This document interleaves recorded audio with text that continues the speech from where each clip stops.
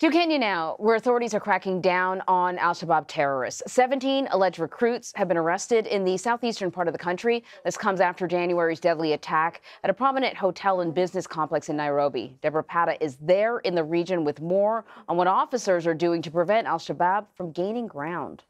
We're here in northern Kenya near the Samburu Game Reserve, a rather unlikely place, one would think, for Al-Shabaab potential recruits to have been arrested, given the fact that the reserves around here are full of dangerous wildlife, and it's a good 370 miles from the Somali border where they were supposedly headed.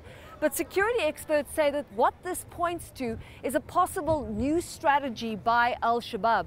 Previously, Al-Shabaab would cross into Kenya via Garissa, the border between Kenya and Somalia, and you'll recall the site of the awful Garissa massacre in 2014, perpetrated by Al-Shabaab on the university there, in which over 140 students were gunned down by Al-Shabaab militants. Now, that used to be the way that Al-Shabaab crossed into this country, but security has been tightened in the last 5 years since that attack, and that is now a no-go area for them.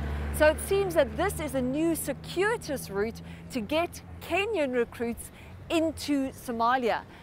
Security experts also say that what is happening is that Al-Shabaab is continuing to recruit in Kenya with increasing frequency. There were 17 recruits in all, potential recruits, 15 of them men, 2 of them women, and they were going to be moved into Somalia. And what we're also seeing is that Al-Shabaab, which is linked to Al-Qaeda, is also focusing on recruits not necessarily only from poor backgrounds, but from middle-class urban backgrounds as well.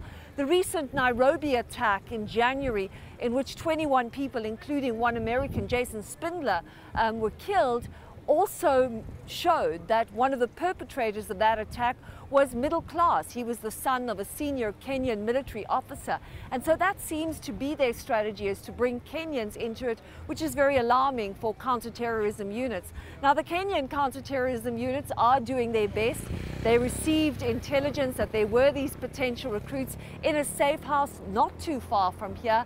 But sadly, they battle often to bring these cases further and to prosecution. Just a few days ago, the case was dropped by a magistrate in court who said there was not enough evidence to take this through to prosecution and have an actual proper case. This country remains on high alert since the Nairobi attack. The United States has also put out a warning saying that Westerners could be targeted in this country and that they should stay away from public places, malls, places of worship, universities, and other such places. So this country still on high alert.